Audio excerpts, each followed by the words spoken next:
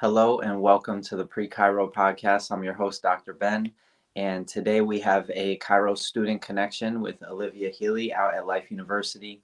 Olivia, thank you so much for taking some time out of an extremely busy schedule. I know that there are no free days as a student. Can you kind of just introduce yourself and reflect back on, your life before chiropractic school and maybe some of the things that led you to becoming a chiropractor? Of course. Hi. Also, thank you so much for having me. This is super exciting. Um, my life before chiropractic school was very different. I mean, similar but different. I've grown a lot throughout this program. When I was younger, I didn't have much exposure to chiropractic. And got my first real good exposure that actually led me to Life University when I was a freshman in high school. I developed quite a bit of low back pain and went to a chiro, and within a couple of visits, like, he completely, I've never had the same low back pain ever again. And I looked at him and I was like, you know what, I need to do what you did, because that is incredible, and I want to help people the way you helped me.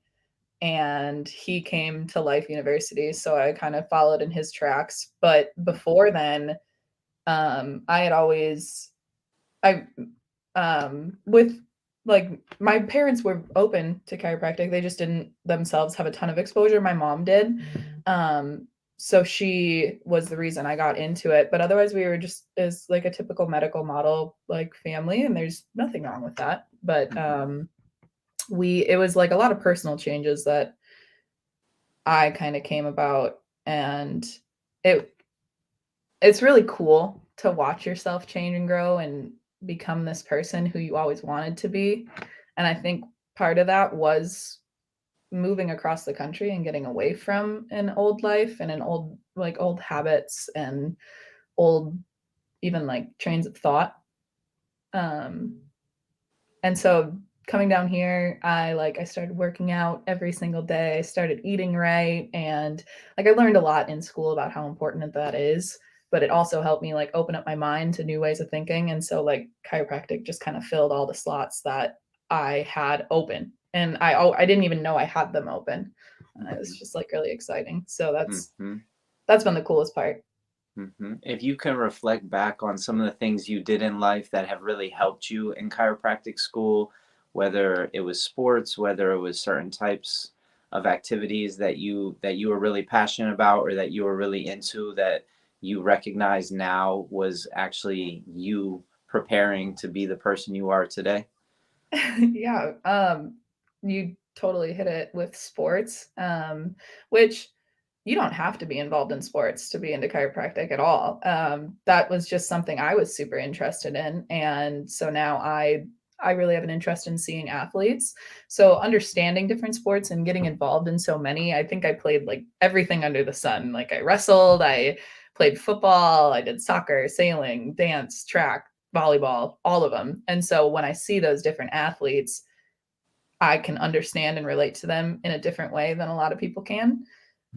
So it's always like fueled my love for that. But like, even my friends, they're super into pediatric chiropractic, and that's great. But I think we all just have these different loves, and you don't even know that it's preparing you for the rest of your life, and it is. So I think that's kind of like the most important thing to me, has been staying true to who I am and what I love, in order to make my life here even more enjoyable. Like, since I started school, I don't even say it's school. When I go home and I visit my family during winter and they're like, "How's school? How's class?" Like, I would never be able to do that. I'm like, you don't understand. When you really and truly love what you're doing, like, this doesn't feel like school. This is just my life. And like, when I graduate, I don't plan to work a single day. I might like have to grind a little bit in the beginning, and I understand that. There might be a little bit of work, quote unquote, involved. Mm-hmm. um, but I truly think it's just going to be my hobby for the rest of my life, especially if it's involving sports and athletes and all of that, because that's just what I've always been used to. And Mm-hmm. so, now, just like staying involved in the gym and like staying around those types of people really helps as well. Mm-hmm. Can you kind of describe your life today, what your schedule's like, what you're up to, where your focus is, maybe touch on some of the clubs that you're engaged with, maybe touch on, what types of skills that you're developing for yourself right now? Yeah. Well, okay, so I'm 11th quarter, so I have I'll be done with classes in October. So I recently got really involved in Level Up, and that's just it's a communication and philosophy based club, but we also talk a lot about marketing and marketing yourself and more just the business side of it. And not that we have business classes and everybody says, oh, you don't get business at school. You do, you just got to make the most of it. And I think it was it was something that just kind of presented itself at a really great time for me. I wish I could have gotten involved earlier. So that's like my life right now is so busy because we have boards coming up, part 2 in July, part 3 in June, PT in June, part 4 in I think November. So it's like it's a crazy and hectic time, and I wish I had more time to like really dive into that. Mm-hmm. Um, and I've been trying my best, but that is my life is school, studying, or like if you want like a layout of the day, it's wake up, eat breakfast, stay at school from 9 to 5 most days. Go to the gym for like 2 hours, come home, study for a little bit, and repeat. And then I have club on Monday nights. Mm-hmm. Um, I think that would be like if I was talking to a first quarter or a second quarter student, even when I do, I always tell them to get involved and, explore anything you want to explore and then just kind of hone in on like stay true to who you are and don't I mean, you can get distracted and you will get distracted and that's okay. It's part of Mm-hmm. the learning growth and the learning curve. Mm-hmm. Um, but like really like go outside of your comfort zone and like get comfortable being uncomfortable in these different positions. Like I never thought I'd be the president of a club and here I am. Finally, it happened in 10th quarter. First quarter Mm-hmm. me would have said absolutely not. I will never do that. Mm-hmm. So I think it's just Two like two remaining things. open. One is like unpack more of the details behind the content and the substance of what you go over on a Monday night club meeting, Mhm. and then also talk about some of these bigger challenges where you had to get comfortable being uncomfortable. Okay. Yeah. So Level Up, we have free food every single week, which is super nice. It's so it's led by Dr. Brad Glowacki, and he is a powerhouse. He practices out in California, and he sees high volume, high profile, high profitability. It's kind of like his whole model. So we every single week, he actually provides the food for us. So that's nice because he realizes we're all struggling students. So we kind of but like bond for the first like 10 to 15 minutes. We have some good chats. Dr. Russell is present at every single meeting. He's our advisor. And he like gets really good conversations going with not just our leadership team, but he reaches out to all the students and whether it's talking about his I think it's second quarter. Yeah, second quarter philosophy class. Maybe it's first. It's first quarter. Or anything involved with Level Up, like that's what he does. So we usually then all sit down and while we're kind of finishing up eating, we'll toss on a video that Dr. Brad has pre-recorded, and each week it's something different. Last week we heard from Dr. Tim Zittel, and he's amazing as well. He practices out of Denver, Colorado.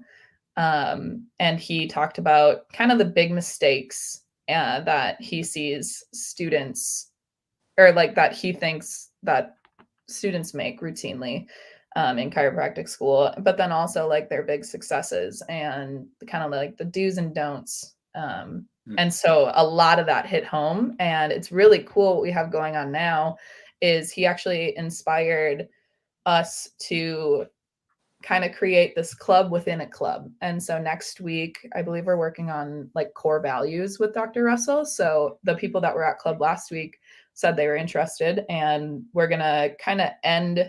Usually we go for about an hour to an hour and 15. So we're going to go for about an hour and reserve the last 15 minutes to work on different developing our core values, and then developing mission statements, and just kind of build on that each and every week.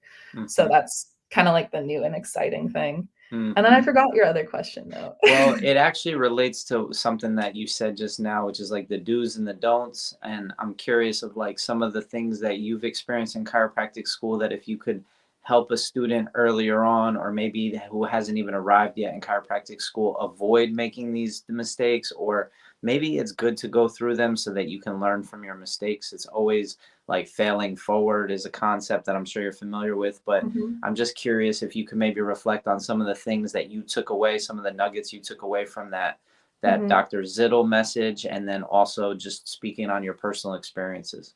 Yeah. Okay. So I think this is not just my own opinion. This is something that I kind of gathered from club, especially this last week, and it was fueled by Dr. Zittel. Was that we have a lot of people in this program that are kind of struggling with identity, and it's more so like the identity of, am I doing the right thing? Am I doing enough? Am I doing too little? Are my friends the right friends? And like, is my circle correct? And like, how do I navigate like doing what I want to do, but then also, like remaining clear and like kind of like a little bit of like tunnel vision, and like trying to block out what all my friends think. And so I think the biggest thing that I saw is just like, and I touched on it in the beginning when I first started speaking, is remain true to yourself and like follow what you love. And I get that like your friends are going to do stuff and you're going to make really close friends right away. And it's for the most part, and a lot of people's stories is like that circle they kind of get with in the beginning tends to be who you finish this out with. And so it's like day one, week one, like you're going to be making the friends that you're going to be sitting by and like interacting with very heavily for the next 3 years. And in some people's cases, those people are completely different than who they are. And so then they'll kind of follow them and go to the clubs they want to go to because they don't want to go to their own clubs alone because it's uncomfortable or it's different than what everybody's doing. And then they're doing these things that they don't really care about. And then they're involved in so many things. And then they're like, who am I and what am I actually doing? Because there's so many great things in the chiropractic profession to get involved in. Everything's so wonderful. And so then it's like they don't feel sure of themselves. And then they get hard on themselves because they're like, did I make the right choice? So it's the biggest mistake is, I think, is just not remaining true to yourself. But then it's also like my biggest thing is get comfortable being uncomfortable and put yourself in positions where you're not gonna like, or that you haven't experienced before. So for me, that was, taking on this role of leading Level Up and public speaking, or even like doing this podcast. Like totally, it's not something I've ever done. And so when I was presented with the opportunity and asked to do this, I was like, absolutely. I didn't even think twice. I 100% wanted to do it because it's not something I've experienced before. And I Do you think it's think really that more of important. these opportunities should be made available to students? I definitely think so. I think there are, though. It's just, they're not, people don't know about them. Or like for me, when you first reached out to me, I didn't necessarily know who you were. So I kind of disregarded it at first. And then I like looked into it a little bit more and I was like, oh, and then I talked to Dr. Russell and Dr. Russell was like, yeah. And I was like, okay. So it took like an extra kick. It wasn't just something that I jumped on right away. So I don't know how to find that happy ground. I think, there's all these opportunities out there if you look for them, but then it's like we get so busy that we stop looking. And then there's opportunities right at our front door and we just step right over them. Mhm. So it's, I don't know. How would your student experience have been differently had you gotten into Level Up in first quarter?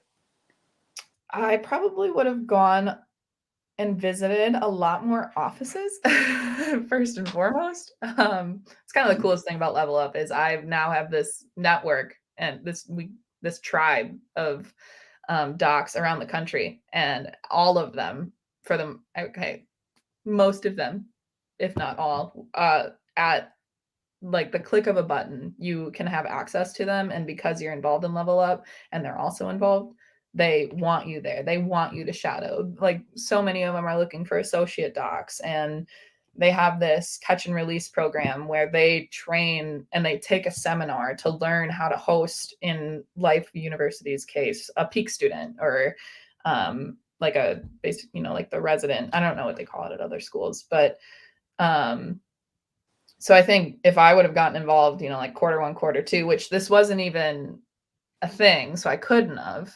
Um, but I would have, what it's done for me in the last 6 months is I found a new peak office in Orlando, and I'm actually going down there in October, and that would have never happened. I've been to San Antonio and Phoenix and met and spoken with so many great people, and like heard from Bruce Lipton. So these are all these things that I would have never done. And I so wish I could have been able to do them from the get go, because I've like grown so much in the last 6 months and fell so into my purpose Mm. that I mean, like, it's great that it's happening. I just wish it would have been happening this whole time. I feel like I would have been like a lot more on fire. Mm. Like, Mhm. you know, Mhm. Yeah, because school does beat you down at times, and yes, it especially does. in the first year or two, there's like a lot of a lot of need for you to have this inner flame or this inner fire that is like so big that you don't really allow school to get you down because you're so excited about all this other stuff that you're talking about, right? Mhm. Yeah, there's highs and lows. Anything in life. It's not just this program. But you having something to hold on to in the lows, and something to cling to, and not just like, I mean, we all have like, our comfort foods, our comfort activities, and our comfort people. Well, I feel like we just need like a comfort thing in school to cling to, that to remind ourselves like this is worth it, and this is why I'm doing it.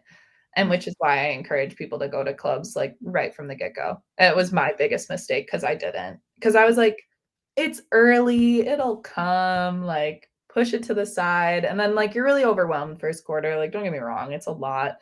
And you think it's a lot at that time because it's all new. But I think that's the best time to do it because it's new. And so you just get these experiences, and then you'll hopefully find your things sooner rather than, in my case, quarter 10, that really just like lights your soul on fire. And I don't know, that's kind of, having that would be nice. if we could look back onto like life before Life University and going to chiropractic college, what if you would have did you have more time in undergrad to basically, I most people just like party and have fun with their friends, and I'm not saying not to do that. I'm just saying that there is more time. Would you agree, as an undergrad than there is in graduate school?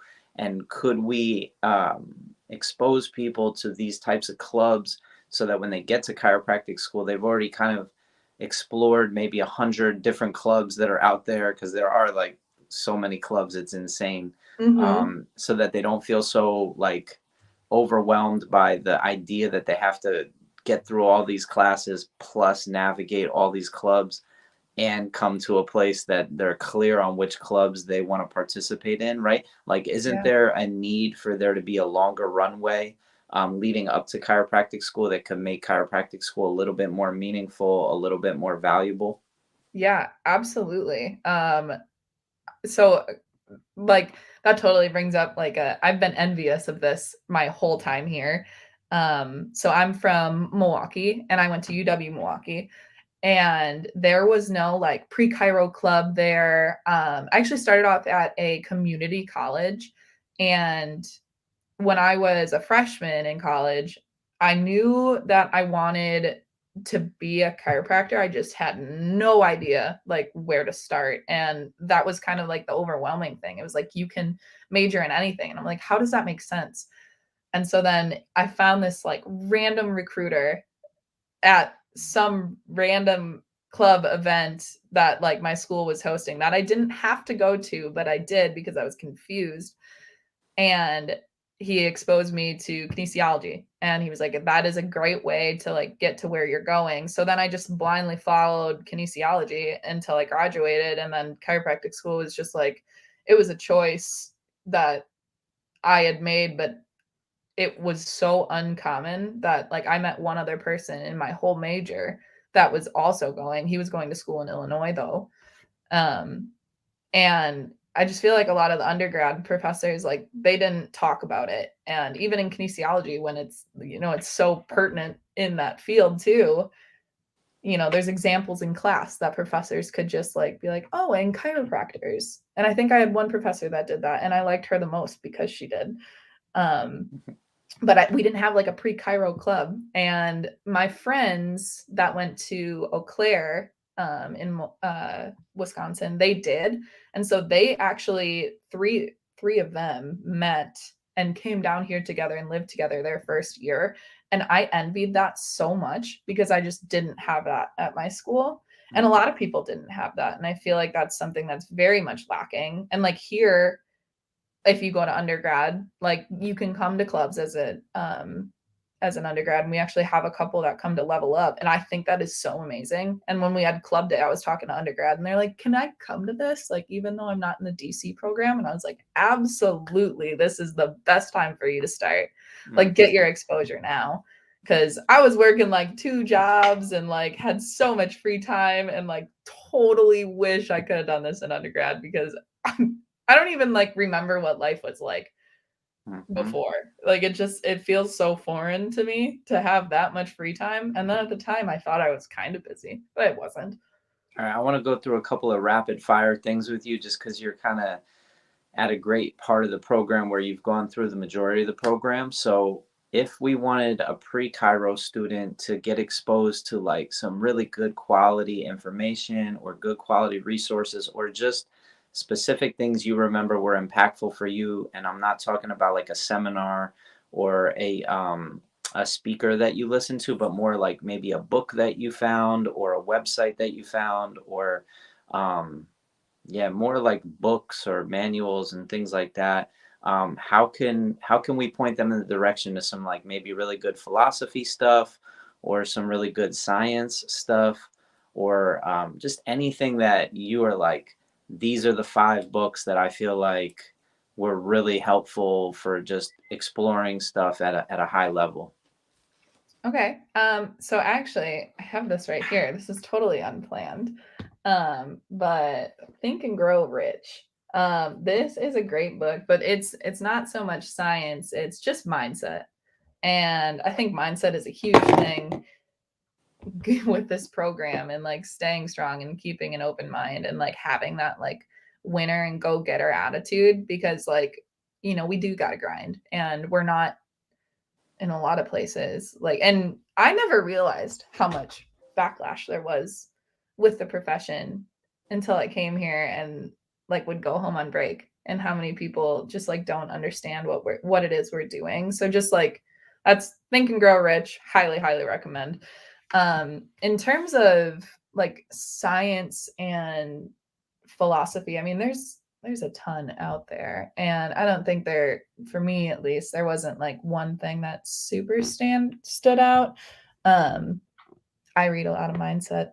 Like, I'm not a huge book reader, fun fact. I do like podcasts, and I do like just very short, like motivational quotes, but to name any, I don't even think I can, because I'm a little all over the What place. are what are But some of the better mindset books or podcasts that you kind of can look at and say that you constantly went to, or that you got into the habit of listening to, maybe when you're working out, or when you have free time?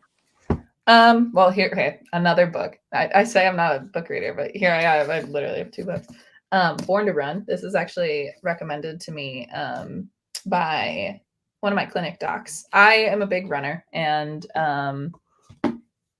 I like ran a marathon this past October, and I think it's that to me is like, I mean, a marathon is all mindset too, and it's all completely mental, which was like an experience in itself, but a lot of this program also is. So that's kind of like what I go to is like motivational books that are geared towards what I love. So I, in my free time, and I'm a lot different than a lot of people, but I don't really, not that I don't focus on chiropractic.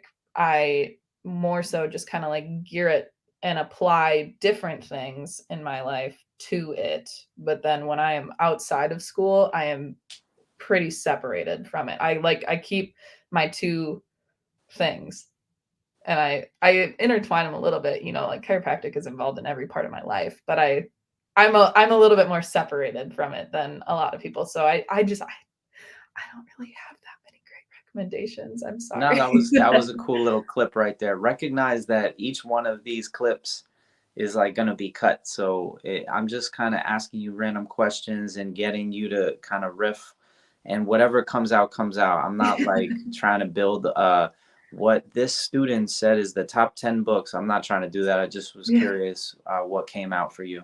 Yeah. Yeah. But I Um, don't know. what's your vision for the future after graduation?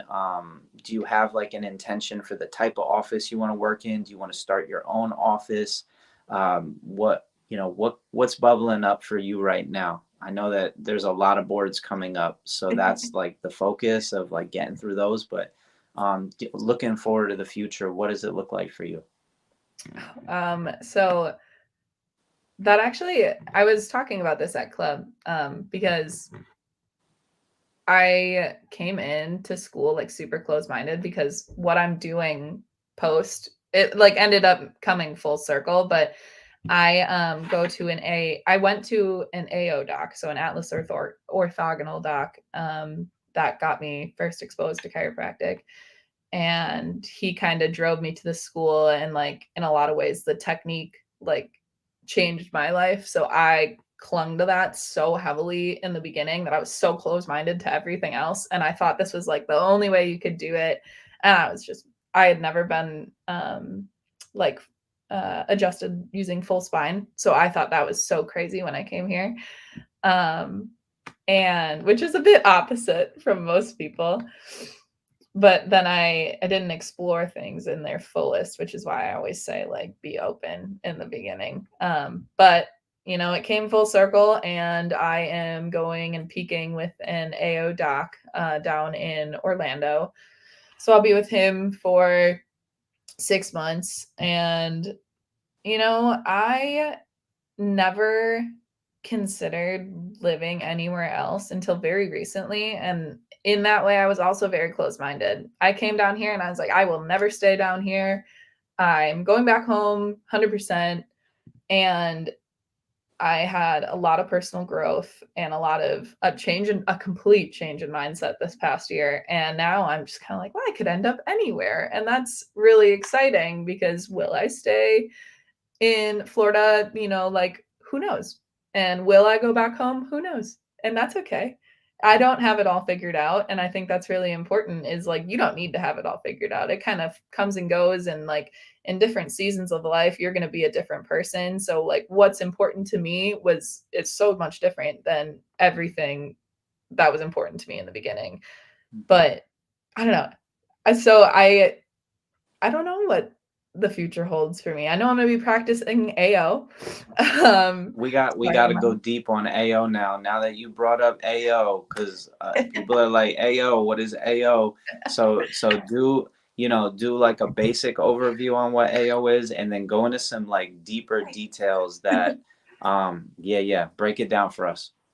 Well, so I'm actually taking the class right now as an elective. So that's the best part that I've found about school so far is electives. Finally, in that time where I can do it. But AO is Atlas orthogonal. It was developed by Dr. Roy Sweat. Which rest in peace. He just passed away in January. But the class at my school is now being taught by his son, Matthew. So Dr. Matt Sweat. And AO is a instrument-based technique. It is upper cervical specific. And so they use it looks like a giant stylus.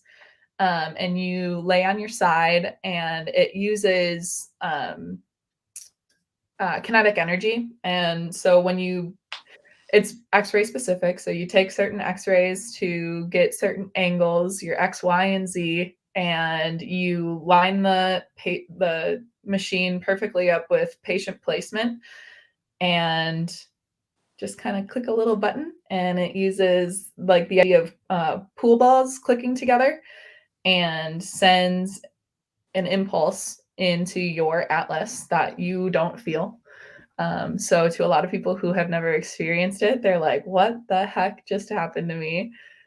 And that was kind of my first experience with it when I was a freshman in high school. And I was like, I have no idea what you just did, but I want to do it for the rest of my life. And it has helped me in so many ways. I went in for low back pain, and getting my atlas adjusted, never had that pain again. So I came in with the mindset that everything is connected, which for some people that is hard to wrap your head around in the beginning if you don't have that personal experience. So that was kind of cool for me. But I have grown so much in the technique as well. And since I stuck with it, I experience migraines. And AO, when I get adjusted and I am in adjustment, way less. So sometimes when my migraines are really bad, I can get like 3 to 4 a month. And that's really debilitating, especially being in school, because I can't do anything when I have a migraine. And being in adjustment, I might get 1 a month. Sometimes I don't get any. And they're just like minor headaches, which I can power through a headache, no problem. But yeah, it's a really great technique, and they have a lot of great success stories, and the sweats are amazing. The sweat clinic is like 45 minutes away from campus here in Georgia, and that place is incredible. Highly recommend going and seeing it and checking out AO if you are interested. Yeah, I'm not sure if I'm saying this accurately, but in the upper cervical world, there's an articular model and then there's an orthogonal model, right? Can you describe the difference between the two? Ooh, that is a complicated question. I don't want to butcher it at all, because I don't know much about like the articular model too much. Well, just talk specifically about the orthogonal model. Like you said that you get the X, Y, and the Z. What is that? Right, we're talking to high school and college students, so this is like an early conversation to have with them, or they just got to chiropractic school. You're introducing them to Atlas Orthogonal. You already did a good job, but if there's anything we can add on to help them maybe go deeper, explore more. Obviously, going to an office and experiencing it for themselves is the perfect place to start. But what else have you done now as a student? Like, what are they having you do in the elective? Like, what does the study of that look like? Okay, so real dulled down, X, Y, and Z. You can do it with your hand. So you kind of make a little trigger, and you can, so there's different like planes and axes, and by setting, without getting too deep, when you get an x-ray and you look at the atlas, which is the first vertebra in your spine, and the way it sits is it rocks back and forth, kind of like what's the word I'm looking for? Like a not a seesaw, but I don't know what that is. Swing. I mean, Yeah, like a swing. That's exactly what it is. So when it displaces, it goes up the condyle, and it'll go up on one side, and so it'll ride high. And so when you take the x-rays, you're looking for that high side of atlas, and you take a frontal, a lateral, and then a vertex. So you kind of look down and through. and you're looking at rotation. So you can look at if Atlas went up, if it went forward, if it went back, and depending on what it did, you set the different X, Y, and Z factors on the machine by rotating the whole thing. And then there's different like levers. It's so complicated. And you just, it's all, I mean, it's pretty mathematical at first. It looks really complicated, but it just uses basic like geometry. And it's really cool because you get a really, really specific adjustment. And I think that at the end of the day, I think it's very important to develop a really good system for adjusting Atlas. And I think a lot of docs would stand by me in saying that, like, no matter what you do, make sure you're doing Atlas right.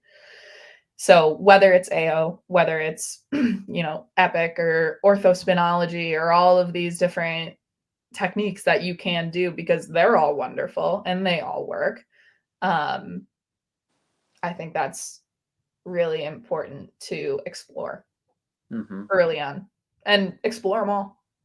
Even Nuka's great. I explored that a bit and that was pretty cool. That's a hand adjustment instead of an instrument. So if you don't want to do that, you could do Grostic too. There's a lot of different ways. And so just remain open and explore stuff again. Yep. Anything else that you'd like to share just about your student experience? Maybe some frustrations, maybe some desires for more, that maybe you're going to try and squeeze into the end of your program, or maybe that you would have liked to have. I know you already touched on, like, I wish that I had started Level Up sooner. It's interesting whenever I have a conversation with a chiropractic student, because, right, like, you're into AO and upper cervical, and that's a really unique and specific approach. And then you're into the Level Up work, which is also a really unique and specific way of approaching practice. And I'm curious, is there any other ways that you would describe, like, sort of this intersection of the things that you're really going deeper with, right? Because it's like you pick a few things to really go deep with. Is Yeah. there anything that we haven't heard about yet? Obviously, you said you ran a marathon. You're listening to mindset podcasts, reading Think and Grow Rich by Napoleon Hill. Like, you're doing a lot of work. I'm just curious, is there anything that we're missing that has also been really integral to just you developing yourself into a chiropractor? Yeah. Well, okay. So like club-wise and me specifically, um, I think that's also kind of like a life lesson that I learned down here, was finding a way that things can fit together. Because I was really closed-minded and I thought AO was the only thing I would ever do in my whole entire life. But then I got really into AK and I'm actually taking that elective. So applied kinesiology and muscle testing is really big in that. It's really cool if you want to look into that as well. What's But so cool about it to you? What do you like most about it? it dives deeper into the system and you can look at um, like we go really into the biomechanics of the spine and adjusting like it's called coupled adjusting, and so it's adjusting in or out of coupling and adjusting in or out of gait, because we all walk, and so you adjust someone on a table, they get up and walk. If they're out of gait or they're not, like maybe their lat is hypertonic and not allowing their arm to swing, that muscles move bones, and so that lat could pull on a bone and cause the adjustment that you just gave that person not to like hold, and that's just from them walking, and they'll never know. And then every single week they come in and you're adjusting that same segment and you don't know why. It's because of the muscle. So I think for me, AK was really cool because I have this upper cervical specific technique that I love. And I am a little bit more of a gentler approach when it does come to chiropractic. So I then can couple it with AK and different muscle testing, because, there is I know there's other stuff where a very complicated, energetic being, and there's more than just the atlas. Like that's my opinion. And so I found that, and I kind of work those two in together, and then level up on top of it is just it's a mindset and it's a way to run your practice. So now I have the three things that I'm very that I love and I'm very passionate about, and I found a way to make them all work together, which is huge because I was always very separate, and I was like, this is the only one thing that I can do, but there's always a way to like make them work. And like it's kind of cool because you're like creating the rest of your life and you're creating your career exactly the way you want to do, because you can practice however you want and you're going to be super successful. You can be if you have the right mindset, which is why I think Grow Rich is a great book. Mm-hmm. Mm-hmm. But yeah, I don't know. I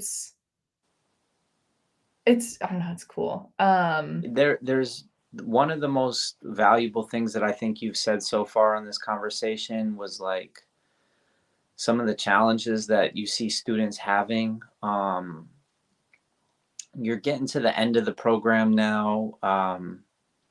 When you look around you, there's obviously people that you're like, wow, they're going to rock it in practice. And then there's some people that you're probably a little concerned about, you know, their ability to connect with others, or their confidence to like really recognize that they're going to be taking care of people and like looked at to be a leader for other people are going to look at them to be leaders for them. I'm curious if you see students around you being like really perfect for research, or really perfect for going into the education system and becoming teachers, or really great politically oriented people that you could see like getting into the leadership in the profession. I'm just curious because you get exposed to so much at Life University, and it's not all for you. Some of it is, and that's what you've described. But I'm just curious if you could kind of touch on the things that that you see around you, just to keep broadening our perspective on like the life of a student, but also like what you see other students being capable of, because there's so Yeah. much talent around you. Yeah. Oh gosh, there's so much, and it's a little overwhelming because that's something that a lot of students struggle with is they see certain people get really into one thing and they rock it. And so it is a little intimidating when people really find and I mean intimidating in the best way, when people really are in their purpose and they are just like rocking it. It's like, oh my gosh, they're like set on fire.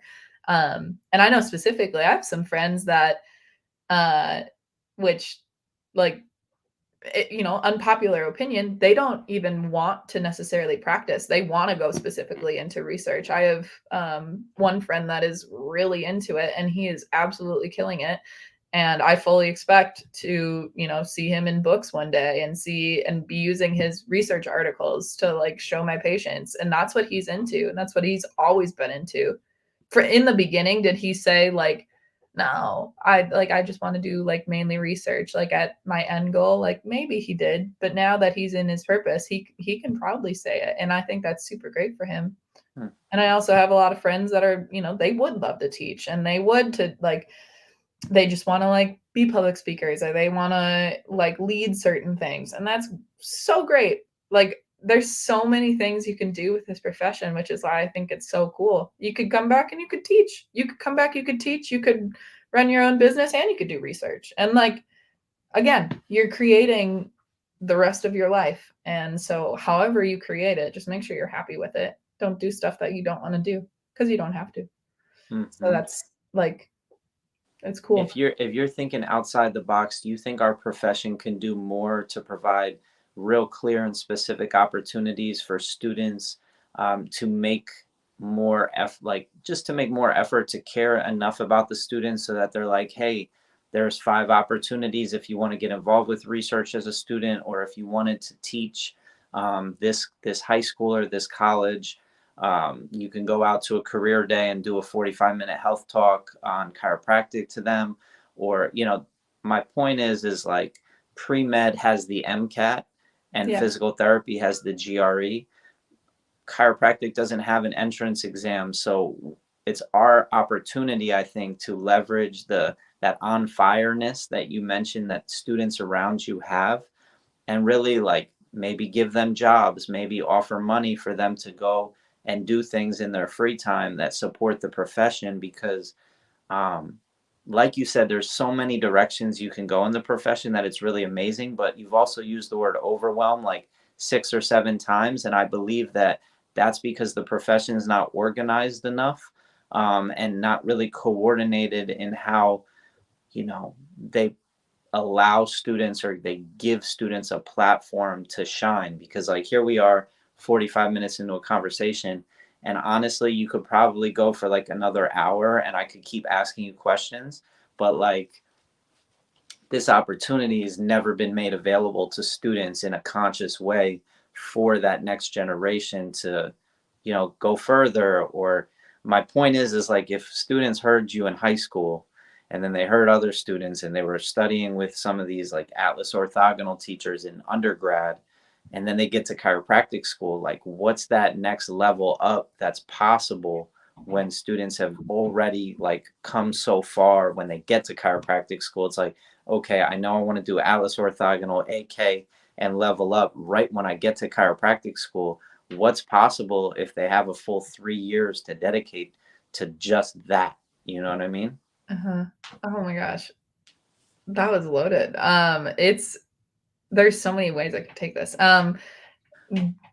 Get it. That's why I wish I could get, or I got involved and I found my things earlier, but it just wasn't my path and I'm figuring it out as we go. But like, so I'm in the AK elective right now, and the person, one of my good friends who's in my quarter, he is the leader of AK Club, and he got involved right away. And so it's really cool actually having him as a partner in lab, because I'm learning so much from him. And like he came in like as such a powerhouse, but it's also cool to watch him like still continue to learn. He's like, oh whoa, I never knew that. And then like the professor's like, oh, you didn't? And he's like, no, like that never occurred to me. So like there's always you can go so much deeper when the time comes if you get involved early, which is like so cool. I mean, for you personally as a professional, like you are going to just do like such amazing things. But a lot of learning does come out of school, and you don't have to get and like hone in and just be an expert as soon as you leave these doors. Like that's what Peak's for. And Mm-hmm. like we have so much time to learn and grow and perfect who we are. And I'll be perfecting the Olivia technique for the rest of my life. Mm-hmm. And I'll never be an absolutely perfect, and I think that's important. But I think one of the big things, and you kind of touched on it, there's no congruity in a lot of the profession, because there's so much you can do with it. So everybody's doing something different. And so like, you see a a podiatrist, right? You expect one thing when you go in and you get that. And with chiropractic, you go to an extremity doctor, and that could mean anything. Like they could work on your extremities so many different ways. And it's just, you don't get like, and I think that's where people struggle, is they're like, how come I went here and then I went here, and they claim that do the same thing, but they don't at all. So I think that's it. How, I don't even know the right answer to Well, that, it's or like like, how so the that aligns profession is more. only like 125 years old. So Yeah. they said that the first 100 years was all about establishing and developing the profession to be like a force, like you say, a Mhm. powerhouse. This next 100 years is about us organizing it so that we can introduce it to the general public in a way that it makes sense to them. And I feel Mhm. like not differentiating it in a sense that like somebody's practicing chiropractic and somebody's not, but maybe helping people recognize like what is chiropractic, and doing so through these marketing campaigns that are executed by undergrad students or by high school students with the help of people like you, who are like, okay, like I'm at the end of my program, it's time for me to like leave my legacy. make it better for the next group of students that come after me. And maybe you organize something that, or you build something that can be used almost like a manual of like, here, you give this to a student in their first quarter and it helps them, you know, in a way that you didn't have help, or it gives them structure in a way you didn't have structure. So I just think the more structure we build, the more functional our profession will be. And I think it starts with people like where you're at, where you've been through the program, you see like the shortcomings of the education, to really provide students with certain things that you see to be very valuable now that you're in the position you're in, where you're starting in clinic. And you could have gone way deeper with your clinic experience if you had known about AK or experienced AK or heard about it and like studied it in the beginning. In addition, you know, it sounds like that was like a missed opportunity almost. Mhm. And like you said, everybody has their own path, but I just feel like the more structure we create for with pre-chiro, so when you get to chiropractic school, you're focused, you're clear, and you have like a vision for what your education is going to be, because as you know, it's very expensive. You know, I wish one thing I wish more than anything was that there was more congruity within like the schools. And I wish there was better communication between students at different schools. Like through Level Up, I've met so many different students from so many different schools and heard so many different stories. And I'm like, that is insane that you do that then, or, you know, you have that class in this quarter and not this quarter. And like your experience is just so different. And it's crazy because we're all doing the same thing and we all graduate with the same education, and then but it's like just night and day differences at some schools. So I mean, like step one, just like get the schools on the same track is like which at that rate, you know, you pick your school and because of like philosophy and different reasons, and you come to a certain one for a certain reason. But that's what I wish. I mean, I that's something I've valued, and one of my favorite things about Level Up is the direct line of access that I now have to students all over the country. Can you touch on some of the different student or the different schools that the students are at that you're connected to now, and maybe some stuff that you've learned about those schools that have maybe been shocking or have maybe been interesting? Yeah. I think most recently, I learned a lot about Parker over in Texas, and we were talking about our peak experience, and how they are done with classes in quarter, or they might be trimester, but like try 10 of 13, I think they have, or 12 or 13, and their whole 6 months left at school before they go out with a doctor is completely dedicated to clinic, and they have to get like 25 different patients and like 60 different adjustments in a try, and they just have like so many different requirements. And then for us, it's like my clinic, like I have clinic blocks and I'm only in there for 2 hours with a group of people, and we have like set times, but I'm also like I'm taking 30 credits and in clinic. Like I'm not just in clinic all the time, which I was very envious of that because I think that would be so beneficial. And I feel like I would feel a lot more prepared and like well-rounded in like the adjusting side of everything, or not even well-rounded, but just not as timid, because Mhm. like you just we don't got we I don't feel like I've gotten that much practice, and I feel like that would be something that would be very beneficial, at Mhm. least like for me, Mhm. if we had that. So I was a little surprised, but it was cool. And then like, you know, life is life, and life west is even different than life down here, and the way they run their clinic is different. Their specifics I can't elaborate on because I'm not 100% sure, Mhm. but like it's just like crazy to me how different they all are. Mhm. Mhm. I don't That's what know. actually sparked this whole journey that I'm on, right? I'm like 10 years in practice. When I got to chiropractic school, I started at a completely different type of school than the one I ended up at, which was Life West. And when I got there, I was like, how could it be this different? you know? And you don't know these things until you get into the profession, until you get into the education, and you're like, wow, profession's really fragmented. We're not reaching our potential. Like we hear hundreds of times at school that chiropractic's all about helping people reach their potential, but it's like, is the profession reaching its potential? And why isn't it? Where's the primary subluxation in the profession? And I just think that, like, even posing that question to a group of students and saying like, hey, you have an hour to like reflect on like what are the biggest subluxations in the profession is, or in the education, or in the, you know, the mindset of like a student at one school versus the mindset of a student at a different school.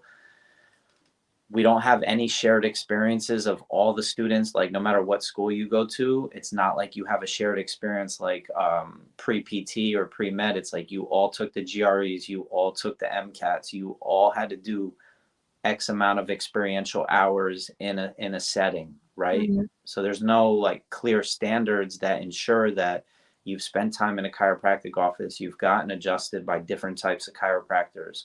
So it's like, that's where I believe the magic of what this project brings to the profession is at, is like, can we create some structure and organization so that no matter what school students go to, they all feel like they started from like a similar place Mhm. in chiropractic, which is like, what is it? What isn't it? It's It really, starts in undergrad. huh? It said it starts in undergrad. That's where the subluxation starts. Mm-hmm. Mm-hmm. Oh, and it's just like it's crazy to me that you can come in here and you can be a business major and not even like have hardly taken any science classes and come in hot and heavy and dive so deep into spinal anatomy like day one. And you're just like, and I had a lot of friends that were just absolutely blown away, and which, but they're at an advantage on the business side. A lot of them are jumping out of the gates right after we graduate and they're opening their own practice and they're so confident and they're going to kill it because they figured this like science stuff out. It Mm-hmm. just was a little bit more difficult for them in the beginning. So, but which at the end of the day, like it worked. So it's like, how can you put a standard on something that's still working? It's it's a hard question, but I feel like if we all came in and we had like maybe like 3 or 4 majors to choose from, like get this or you have to do this, and then like you can get a minor in this and then you can like come to school. But like journalism backgrounds and like all these things, like people with absolutely no science, and it's just like, I mean, again, they kill it. Like you But can do like, but that, and if like, you're doing that, this that's is true. This is true. But like, you're at a pretty powerful school that really like has lots of support in it. Maybe arguably the most supportive great. infrastructure out of any other school out there. Um, what about when you were a kinesiology student and there was only one other student at your school that was even considering chiropractic? And it's like, we're losing right there. It's like Oh you've yeah. got all these students that are potential chiropractors, and even if they don't want to go to chiropractic, they should know what chiropractic is. Mhm. Oh, And we get discouraged in undergrad. If you're not like out of Cairo school and, you're not speaking to a professor that has some sort of background in it, like they discourage you from the beginning, and they're just like, why wouldn't you go to physical therapy? Like, why wouldn't you do this? Why wouldn't you just go be an MD? Like, and it's like crazy because I like think back now at all the different times that was kind of like put on me as an undergrad, and every time I was just like, nope, nope. Like, but I was so sure because of my personal experience that I held so deeply in my heart that I wanted to do what my chiropractor did. But like if I didn't have that experience, I would put like 99% chance I would not have made it here. Like saying I wanted to be a chiropractor, I would have probably went to physical therapy. I would have done anything else just because that was the exposure that everyone put on me. And like, they always talk about the stats and they gave me all like the money I could make as a DPT and like all these things. And chiropractic was just back burner. And like, not that it was like looked down on, but it was looked down on that I was doing that. And it was weird and I was different.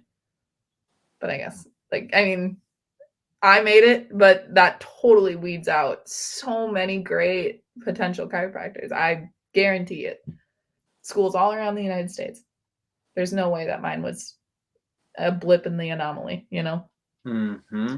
Yeah. And so because of that, our profession remains kind of on the fringe in society as this last resort or as this alternative option or as this fallback option because my first option didn't work out for me. Yeah. And I really think it's having conversations like this, cutting them into a way that's digestible because you said a lot and we don't have an hour long attention span as students these days. So it's like, how can we make it palatable? How can we organize the information? How can we make it easy so that students like you can go back to your high school or college and be like, hey, guidance counselor, I made this for you. You know, Yeah. you didn't have this for me when I was coming through here, and I really want That would students be to have huge. this. Hmm? Mm-hmm. Starting in high school. Yeah, I mean, we need to equip the guidance counselors. We need to get students that are pre-Chiro that like are rapping with us and rocking with us to like go to their teachers and go to the administrators and be like, hey, there's no presence of chiropractic here.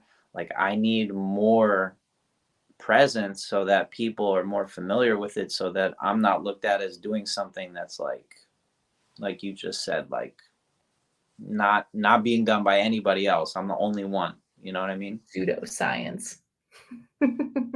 And talk about how being a kinesiology major, like if you knew you want to be a chiropractor and you're a kinesiology major and you had exposure to all these things like atlas orthogonal, how you could have applied like your anatomy and physiology class to chiropractic the Mm-hmm. first time around.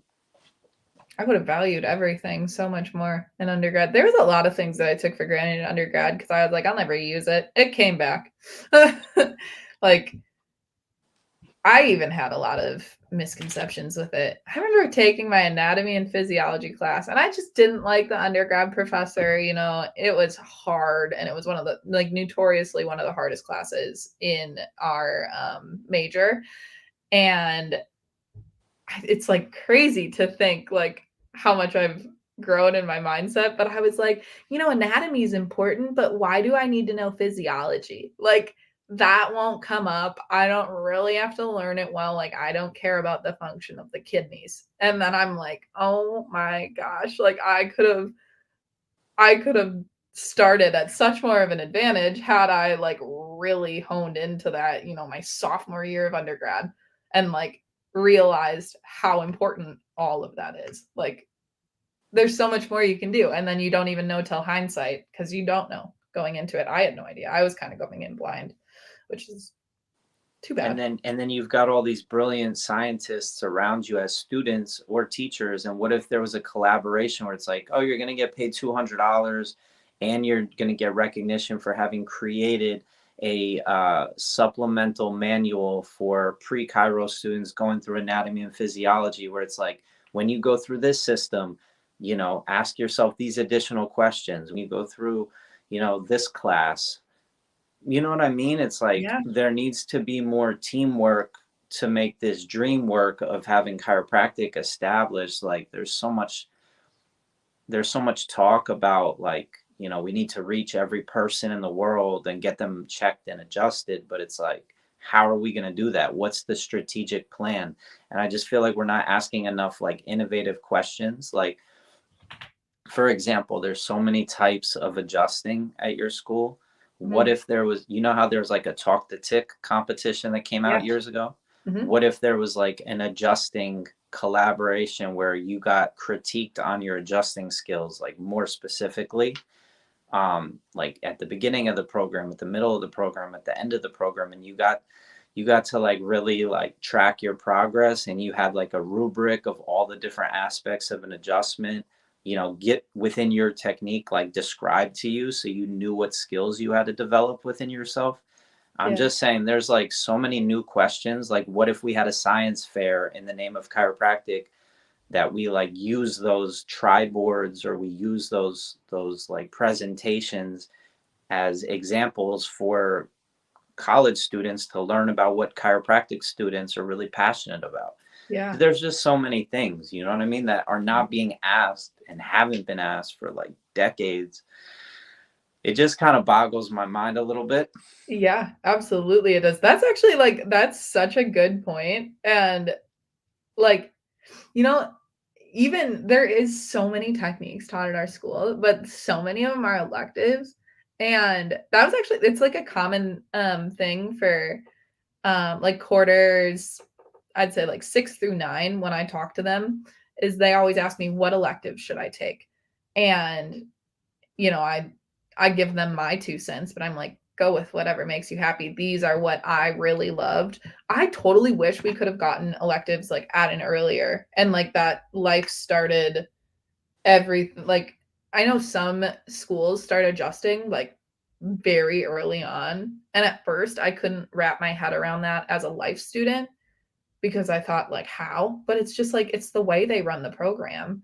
And I think we miss a lot of opportunities too though, even though there's so many techniques, like there's so many techniques that go so like under the radar here. And then, you know, I tell someone I'm in AK and they're like, "A what?" Like what is that? I have no idea. I've never been exposed. And so it's like doing a science fair and getting exposure and just like learning about things. Like your earlier question, I wasn't able to elaborate on it because I didn't know enough about the other technique to even be able to make a comparison, you know, which is unfortunate because I really want to. And, you know, one day I think I will if I pursue it, but it's again, that's all like personal. You have to like do it on your own. And again, a lot of missed opportunities happen because of that, I think. Yeah, I mean, just to keep unpacking this idea that I just kind of touched on, it's like, what if you had to go to a club for a semester to be able to participate in this sort of deliver the goods adjusting collaboration and have an advisor observe you? And like at first, you're just doing setups or you're just walking through the steps that you currently have as your understanding for how to deliver this technique or approach. And then, you know, you're given a rubric of like what they're looking for, what you did well, what you didn't do well. And like you can learn just from that experience, even if like you only went to the club for one semester, it makes you eligible to try and demonstrate this, for an advisor to observe you demonstrating this early on. And they Yeah. have this whole rubric of like, these are all the aspects that they're looking at. And when they give that to you, it teaches you like so much of like, if you want to be proficient and really good and go deeper with this next quarter, these are the things you need to work on. Like to That me, would be incredible. Like, that's a great idea. like very practical. Yes, absolutely. Because you can learn a lot from clubs. There's some clubs they go through an entire technique in a quarter.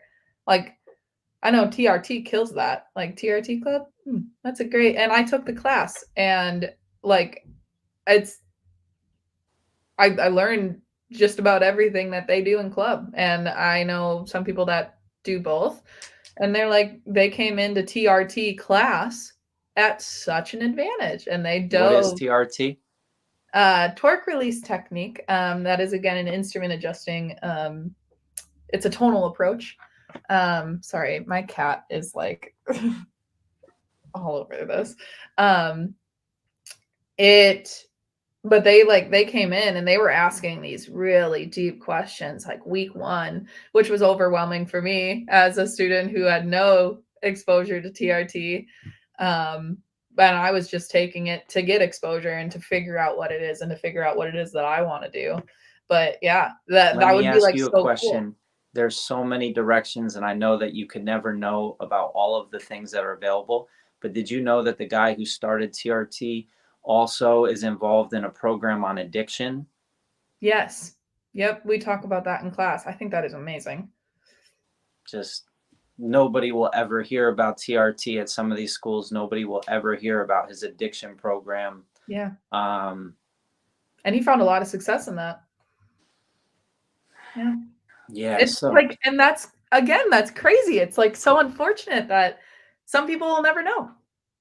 And they'll just never like they'll never be able to experience that. And some schools don't even offer a club, offer a class, nothing. And so that's, again, congruity within schools. Yeah. Primary subluxation, it's right away in our education.